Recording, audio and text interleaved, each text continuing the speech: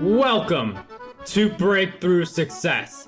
I am your host, Marc Guberti, the content marketing expert, bringing you 3 new episodes each week where I and top-level guests teach you how to take your business to the next level and achieve your breakthrough. Hello, Breakthrough Success Sisters. I just wanted you all to know before the episode actually starts, I've been working a little bit behind the scenes to give you something really special. So a while ago, I wrote my book, Content Marketing Secrets, which helps people create, promote, and optimize their content for growth and revenue. And I just put the finishing touches together to offer that for free to anyone who is interested. So if you want your free copy of Content Marketing Secrets, all you have to do is head over to marcguberti.com/book. Now, let's jump right into the episode. We all have different ideas that we want to see happen, that we want to do, that we want to act upon. But one of the sparks that you need, one of the skill sets, is the ability to turn inspiration into action. How do we come up with these ideas, feel inspired by them, and then take action on them instead of forgetting about them a week later or having the other idea pop up? So we're going to talk about that in today's episode. And in addition, we'll also be covering how we can create our very own well-designed businesses. So that's going to be some of the highlights in this episode. And today's guest who's going to talk with us about this is a sought-after speaker on topics ranging from work-life balance to making decisions that make a difference. She is the host of the top-rated interior design podcast, A Well-Designed Business, which airs 2 times each week on iTunes, Stitcher, and iHeartRadio. Her podcast is the definitive resource for interior design professionals interested in operating a profitable and productive business. Her book, well, her first one actually, The Making of a Well-Designed Business, is an Amazon #1 rated international bestseller. Today's guest for episode 272 of the Breakthrough Success Podcast is none other than LuAnn Nigara. LuAnn, it is such a pleasure to have you on the show. Mark, can you just come around with me everywhere I go and just introduce me like at the grocery store? That's amazing. Seriously, that's like, all right, this is going to be good. Have you liked that intro, LuAnn? I did. Can't make promises on that, but you could take the podcast episode with you and have that. I might have to. Well, it is a pleasure to have you on the show. Thank you for stopping by. And I feel like we have a really good conversation here because like a lot of people, like we do come up with ideas. We have all these big dreams, these big ambitions, but how do we turn all this into action that we're doing in order to get closer to our big goals, our well-designed business? So we're going to talk about that. Before we do, I'd like to get some background. I mentioned earlier you wrote the book, The Making of a Well-Designed Business. Can you share with us a little bit why you decided to write the book, some of the backstory behind that? Okay, sure. The book is really a culmination of my experience together with my husband, Vince, and our cousin, Bill, in running WindowWorks. WindowWorks is our primary business. And in that business, we are a custom window treatment and awning retailer. It's a brick and mortar business. We've had it together. We're in our 36th year. In 2018 is our 36th year. And it's really a reflection of what were the key steps and principles and practices that contributed to the success of our business, because our business doesn't just roll along.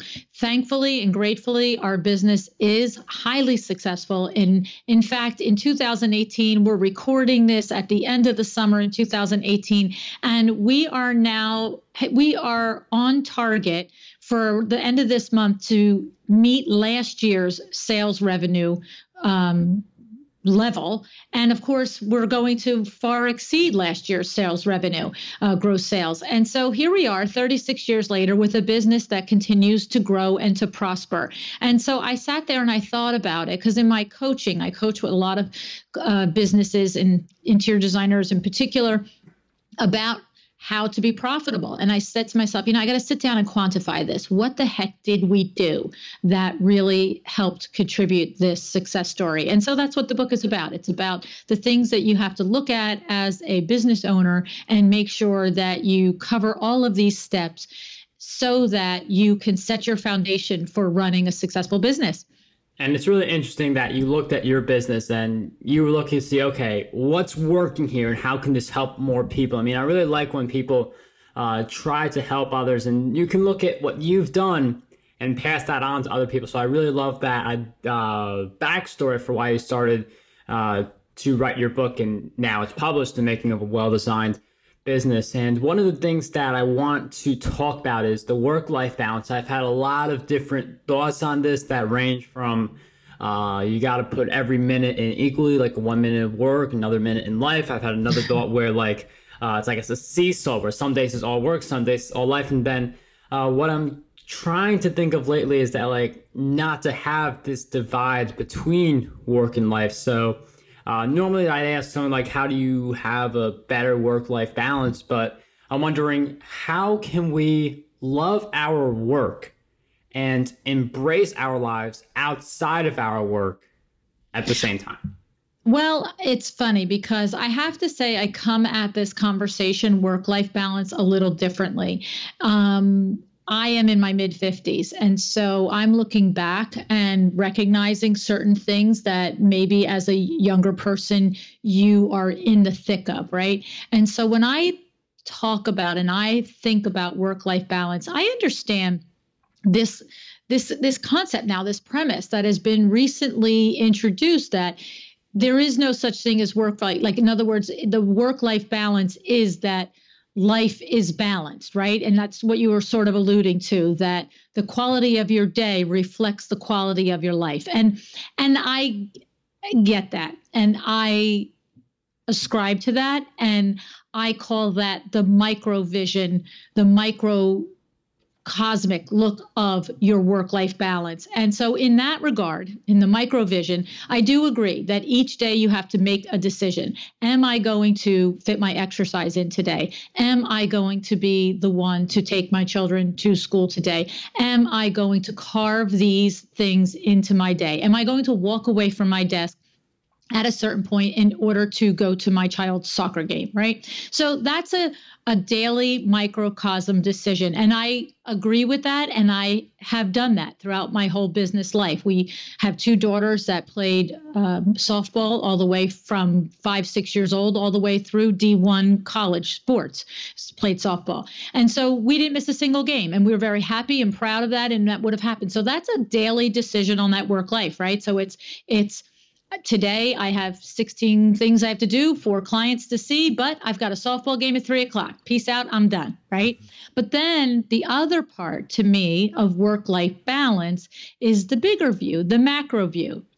And a lot of times I work a lot with women and business coaching women. And a lot of times I am working with a young business owner in their 30s, and they've got young children, and they are struggling with wanting to have an interior design firm or some other creative type of business that requires them to work 8, 10, 12-hour days. And then it's the juggle between what do I do with my kids and how does that happen? And there, I don't think it's really, nothing is not possible. But the point is to not kid yourself. If you want to grow a big business, it's going to take big time, is my opinion on it.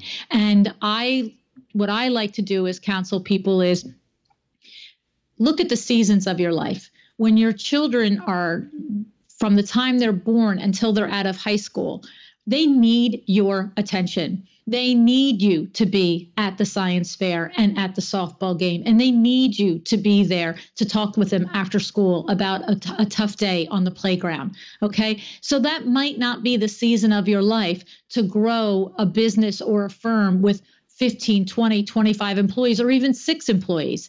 And because if you're not capable of doing both, then you need to make a decision. Which season of your life is it? Is it the season of your life to to be that parent, or is it the season of your life to run a big business? And I understand that you look and you think, well, they're just born and I can't wait 20 years, but you can. That's the truth. You can. You can build your business within the parameters of the micro vision of your work-life balance. And then you can always, the 20 years goes faster than you could even imagine. And at that point, you've had a 20-year career building your business, honing your skills, building your client base, building your relationship with vendors. And when that kid goes off to college, yeah, you can do a 14-hour day if you want. So that's my sort of, two-sided view on work-life balance. And that's where you get me talking.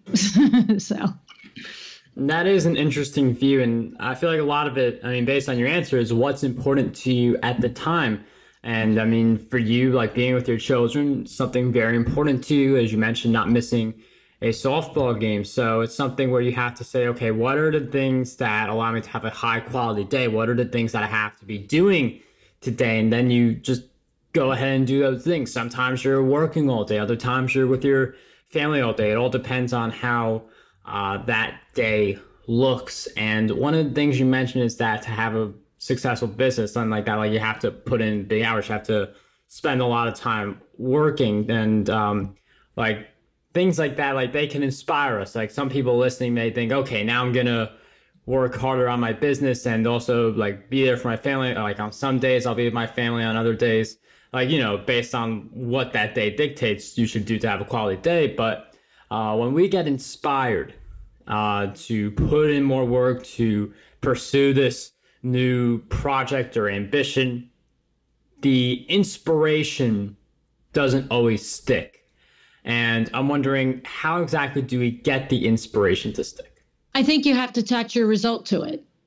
So, for instance, if you have this, whatever your inspiration is, again, there's some inspirations that are huge inspirations. You've got a podcast, Marc. So maybe your huge inspiration is, I want to be nationally known and have my own TV radio show on Sirius Radio, right? Like maybe that's your big inspiration. And so what you have to do is attach the result to the inspiration. What will happen from it? What do I have to do each day to work towards it? Maybe your smaller daily inspiration is, I want to get this podcast edited and out the door so that it loads up to Libsyn on time. And so I'm inspired today to get my podcast out. What do I have to do? So in either case, whatever we're talking about, big picture, big project, little project, it's always to, when you're inspired to do something, attach the result to it. If I do these 5 steps today, I will get the result. So if I turn out a really well-produced podcast every single week for 2 or 3 or 4 years, and I don't drop the ball, then I might get this result. So that gives you the gas every day to keep plugging. On a single day, if my result is, I need this podcast out on Friday, I need it to be the best it can be. And so these are the steps that I have to do. So in the moment, the inspiration is sustained because you're focused on the goal, the result of it.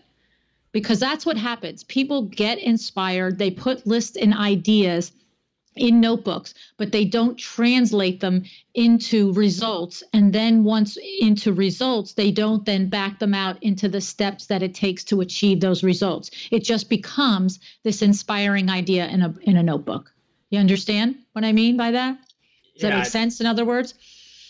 Yeah, and like with the results that we're after, I'd like that idea of focusing on results and things you can do to get there. Because if you have this big idea, but it's just an idea, like, how do I get there? And I think it's within that question where if you don't do your due diligence to find the answer soon enough, that's when the inspiration starts to die, in my opinion. There's a lot of different philosophies out there, but I feel like, how can I do this? And like, the longer it takes for you to answer that question, the harder it is to tap into that inspiration. But when we know what but can I just say, it's if you haven't attached your why to it.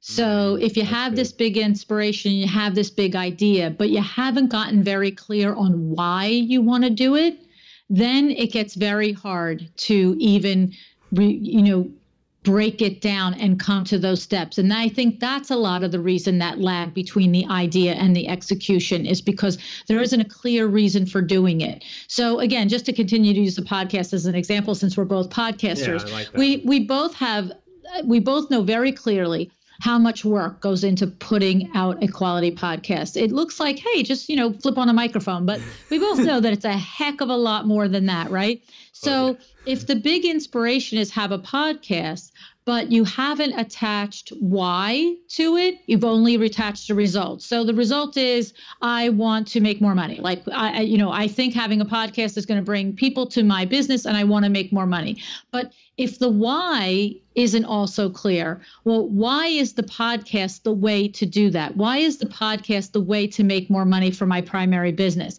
Because if that why doesn't then relate to that inspiration, well, the why is because I love meeting new people. The why is I'm insatiable for information. The why is that this really speaks to me as a person, this medium, and therefore I will be good at this, and therefore this supports my result that I want. And now the inspiration is built into this project, right? But if the why is because the result is I want more money for my business, but the why is because somebody told me that podcasting is good if I want to make money for my business, that's not a why that's going to sustain an inspiration. It's not a why that's going to fulfill and feed all of the hard work that goes into, let me start a podcast. Make sense? Yeah, I'd like having a good why behind it, because if your why is to make more money, like, again, going back to the podcast, well, like, you could do affiliate marketing, you could do a blog instead, you can create YouTube channels. The thing is, when you have a bad why, like, again, in the example, why? Oh, because I want to make money. There are so many different things you could be doing in part to fulfilling that why, to the point where, okay, podcasting didn't work. Well, I just try something else. And if that doesn't work, I'm still pursuing my why. So it's got to be a lot more meaningful than something like, oh, I want to make more money. So I really like how you mentioned not just attaching the result, but also attaching the why to. Right. Because the inspiration is the big idea, but the inspiration has to have those other components to it, right? It has to have something that's authentic to you. It has to resonate with you, and it has to produce a result that aligns with the things that you are focused on at that moment in your life and your career. And when they all come together, that's when the magic starts happening. And you mentioned a very important word there, which is focused, because some people, I feel like they set, like, let's say they're inspired and they have these goals for themselves, but then different things pop up in the way, distractions. So how exactly can we continue to take action towards the right objectives instead of getting distracted by things that may not be moving us closer to our goals? Well, that is a mechanism of truly understanding your mission, your company mission. So if you have to know, again, it's wrapped up in your why, and it's wrapped up in your results and your goals. So, for instance, my primary business is custom window treatments and awnings, as I said. So, yes, I have the ability to put together a decent room. I've been in the design and decor industry for 36 years. I certainly could do it better than the average person, not hold a candle to an experienced, talented interior designer by any stretch of the imagination. But the fact of the matter is myself compared to 80% of my consumer clients, I could put together a nicer room with the carpet, the furnishings, the wall hangings, the accessories, and so forth. But the thing is, as a company, my mission is to shade and provide light privacy at the window. That's what we do. And so when I think about, should I put furniture in my showroom?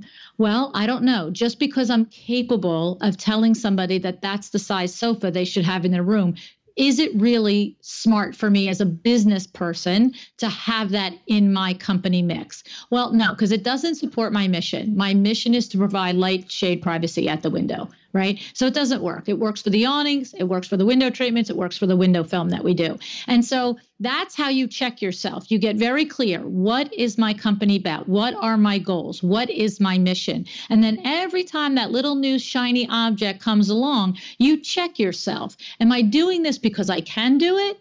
Am I doing it because it's just interesting? Or am I doing this because this is a legitimate, bona fide way for me to continue to fulfill my company mission and add more profitability to my company? So you got to be, cutthroat. It's not a hobby. So you add hobbies, right? I start, you take a yoga class and you leave the yoga class and the instructor says, maybe you should try Pilates. And you're like, yeah, maybe I'll try Pilates. But this is your hobby. The other is your business. Every little rabbit hole you go down theoretically takes resources with it, even if those resources are just your time and energy. So you have to make sure that you're very diligent in first establishing your company mission and what it is the goal of your company is. And then all of your decisions that you make easily are made because they have one criteria. Starts with, does it fulfill my company mission? If the answer is no, nope, off the list, go to a next inspiration, right? And I really like that distinction between hobby and business. And I know a lot of people like hobby is just like something you do for fun, business is something more serious, but your distinction is a lot better where hobby is like, okay, you're doing a yoga class, Pilates sounds something interesting, like, oh, sure, I'll do that too. But with business, if you have that mentality, oh, sure, I'll do this, oh, sure, I'll do that, you are going to, as LuAnn mentioned, run through your resources. And that includes time, which is something you cannot get back. You can invest money into something and make that back, or even if it's a complete loss, just like make it back doing something else, but you cannot get your time back. So if you're like, oh, sure, I'll do this, and the other thing, that's a lot of resources you have to invest and spread yourself thin. So it's really good to get clear on the goals that you're setting for yourself. And I feel like that's one of the things that could be holding a lot of people back, where they're just not clear on their goals and they're letting all of these distractions get in the way. But LuAnn, what else do you believe holds most people back from being able to unlock their full potential? Not having established systems for running their business. It's absolutely critical that you figure out the best, most efficient way to do each particular task in your business and set it as a bar, a gold standard of this is how this task is executed. And it doesn't mean that you don't evolve the steps over time. It doesn't mean that you don't change them over time, but it just means that you wake up every day and you know exactly how you do something. So for instance, if somebody was a hair salon, a stylist, if somebody says to her, oh, please give me, a bob cut, there aren't 15 ways to do that cut. There is probably 3 ways to do it, right? Because there's always allowing for creativity. But the simple fact is there is a proper way to execute that hairstyle. And so in order to be successful and be able to do that hairstyle, not one time, not 3 times, but 3,000 times, you must have a way of doing it, a system of doing it. And that is one of the easiest ways that a business owner falls down is that they do not understand that from answering your telephone to placing your purchase orders to receiving your product to building your courses, if they're online courses, to executing in a social media marketing strategy, there must be a system and a way that you do it so that you don't do it once and it works out fine. And the third time, well, you got lucky and you happen to hit the ball again and it went and you were successful. No, you need to be able to duplicate that every day over and over and over. And when you have a system, that's how you're able to duplicate the success. Once you have the fine tuning of what's the best way to do it, you want to be able to produce that result every time. And by establishing a system for that, you can. And then the other really awesome part about taking the time, which it does take time, to establish your systems for every task is when it's time to hire an employee, It's not like, well, okay, this is how I do this. And 3/4 through the training, hour, you're like, oh, I forgot to tell you that I also do this too. Oh, right. And then 2 weeks later, you're not doing this. I really need this. You never told me that part. I didn't tell you that part. You see, now it makes it easy to onboard new employees. And then, of course, it even makes it easier to have those employees help you train and onboard the new employees behind them. So there becomes your scalability as a business owner. Systems are very important for business. I mean, LuAnn, that's a really great point that you touched on. I have a lot of systems for my business, from running the podcast to preparing for an interview to show notes. It's very vital to have systems in play. I mean, LuAnn pointed out a lot of good reasons, so I won't go into those again, but just that whole idea of having systems in play, whether it's you yourself or you've got people working for you, that's going to make a big difference. And one of the things that I also believe makes a big difference is our ability to educate ourselves by consuming content. So with that in mind, LuAnn, I'm wondering if you could share with us 3 books that you believe will have a positive impact on us.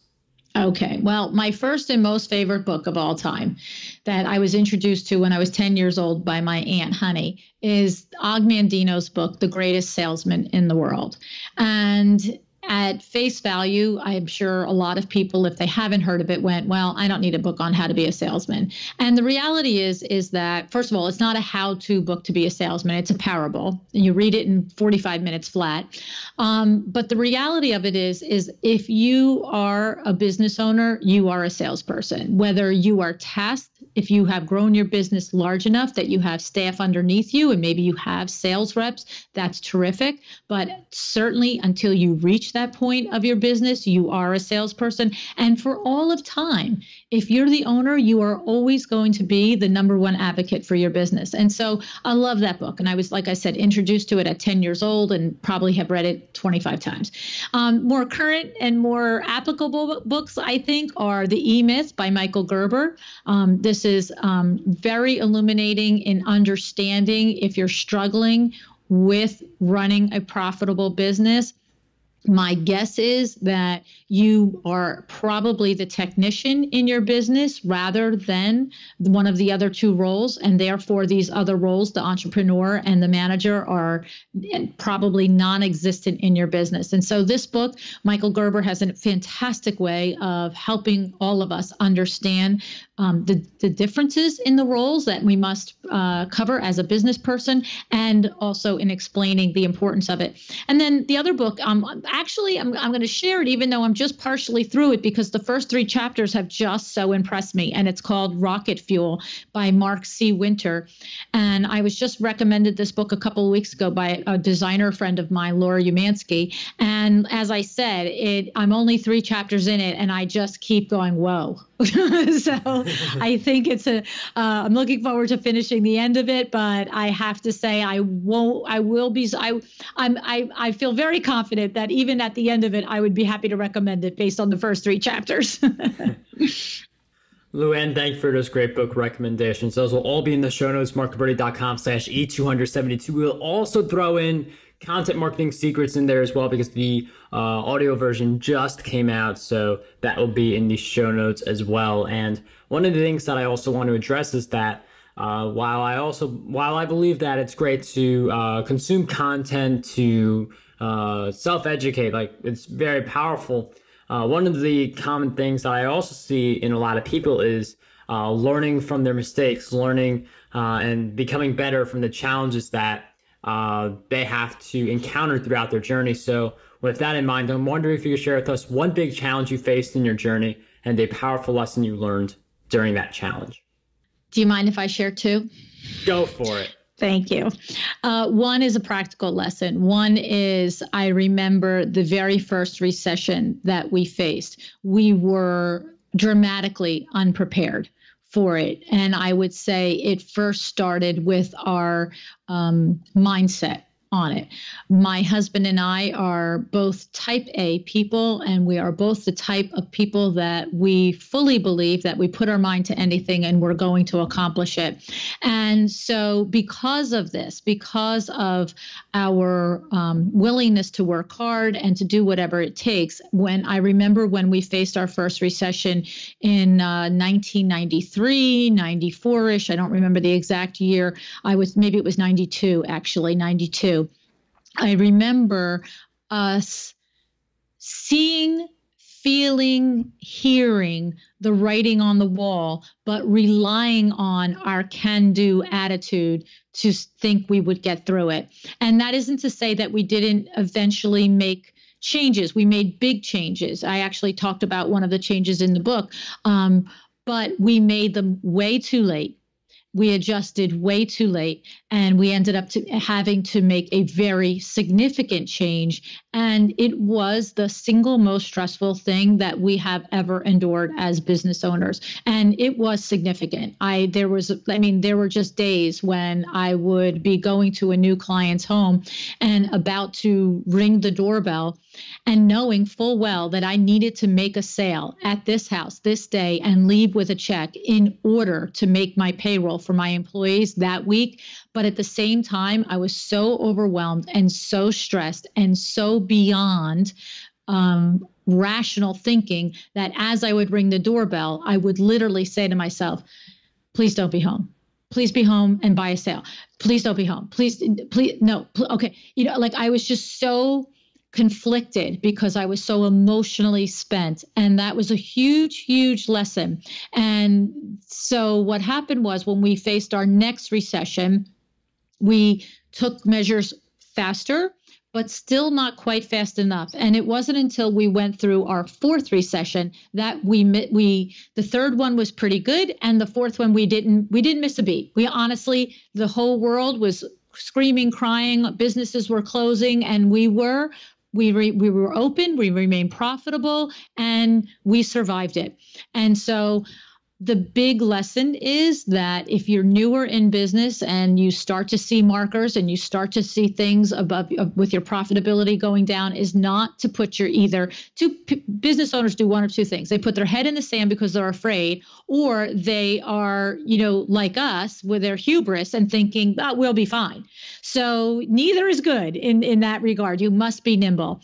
And then the other big lesson that I learned in all these years in business is that there was a moment about 10 or 12 years ago that was after many years of me thinking to myself, I don't know if I did anything significant with my life. It was probably around when I was about 40 years old, thinking, is this what you're going to say? Is this what your obituary is going to say? You had a window treatment company? And it wasn't a strong thing. It wasn't something that, I was crying in my coffee cup or my wine glass over. It was just this nagging, is that really what you're going to do? Is that all you're going to do? And it bothered me subconsciously, thinking that was all my contribution to the world was. And then this nagged at me off and on for 2, 3, 4 years. Not, like I said, not front brain, very, very deep inside brain. And then one day I was with a client who had been our customer 3, 4, 5 times in those years at that point. And I say to her as I'm leaving and she placed her order, what I say to every customer, thank you so much for calling Window Works. We really do appreciate and value your business. And she just popped up. She turned, she goes, are you kidding me? She goes, who else would I call? She goes, your company is amazing. She said, the people that you have working for you, they love what they do. Every time you come, it's like I'm seeing an old friend. I love that we catch up. I love that your installers show up on time. I love that they take their shoes off if it's raining. I love that your company checks in with me with statuses and lets me know what's going on. She goes, are you kidding me? I wouldn't use anybody else. And Mark, in that moment, I realized that we had created something really amazing, and that I wasn't just a window treatment salesperson, that I was, with my husband and our cousin, somebody who had contributed to our community, who had created a community around our brand, who was running a business with integrity that meant something to us, to our employees, and to our customers. And I want to share that because we sometimes get so siloed in to what we're doing that we don't realize all of the lives that we touch through our employees, our customers, our vendors, and how if you do it well and you do it with integrity and you do it with pride, it really doesn't matter if you're just running a window treatment company or you are, saving the world with, I don't know what. Do you know what I mean? It's something to be proud of if you can live in your passion and serve your customers and serve your employees and fulfill that and just acknowledge it in yourself and appreciate it. And so I like to share that lesson with younger entrepreneurs. LuAnn, thank you for taking the time to share 2 lessons and some of the challenges that you faced on your journey, and that idea that you don't really know what kind of impact you have on people until sometimes they tell you, like, this is a really great job, or I wouldn't go with anyone else. You're doing really great work. I appreciate your business, what you're doing. So I feel like we all underestimate the amount of impact that we're having. And that's not to say like, hey, like hubris, like I'm creating all this impact, even though I don't see any people like acknowledging me for it. But it's like you are creating an impact already. And some people someday may come up to you and thank you for doing that. And that should be inspiration for you to create a deeper impact. Reach out and impact even more people. So a lot of great insights throughout our time together. But one question I want to wrap up with is, LuAnn, I've asked you several questions throughout our time together, but what do you believe is one question that we need to be asking ourselves more often? I guess, are you on a daily basis truly looking in the mirror and deciding to make your life happen the way you dream it and vision it to be? So are you wishing for it, or are you making conscious decisions in order to make it really happen? Because you have the ability to do that. Every single day, every single moment, you make a decision to do one thing or the other. And are you making good decisions every day that support the running of your business, of your life, of your family, of your relationships? Because if you are, then things should be going pretty well. And if they're not, my guess is that there are more decisions than just a few in a day or in a week or a month that you're really choosing the easy way out as opposed to doing what you know you need to do in order to be successful. LuAnn, thanks for sharing with us that great question, all of great insights throughout our time together. If you guys want to keep in touch with LuAnn, get her book, The Making of a Well-Designed Business, Turn Inspiration into Action. And you can also check out her top-rated interior design podcast, A Well-Designed Business. In addition to those resources, LuAnn, is there any way in addition that we can reach out to you and stay in touch? Sure. I am. My website is LuAnnNigara.com. It's LuAnnNigara.com. I'm on Instagram at LuAnn Nigara, and that's fun, a way to interact with people there. I'm also on Facebook at A Well-Designed Business, and welcome interaction there as well. And then if you have a direct email, if you have a direct question and you would like to email me, it's info@LuAnnNigara.com. And as I mentioned, I do business coaching with entrepreneurs. I run masterminds for entrepreneurs, and happy to be a resource if anybody needs anything. LuAnn, thank you for sharing with us all those ways to stay in touch. Those will all be in the show notes. Once again, I can't thank you enough for coming on the show. It was such a pleasure to have you on the Breakthrough Success podcast. Thank you, Marc. I really do value and appreciate the opportunity to be here with you today. I love what you're doing, and keep doing it well. You're doing a good job, Marc. Thanks. How does over 100 retweets per day sound to you? My free ebook, 27 Ways to Get More Retweets on Twitter, has you covered. I use the methods within this ebook to get over 10,000 retweets every single quarter. To learn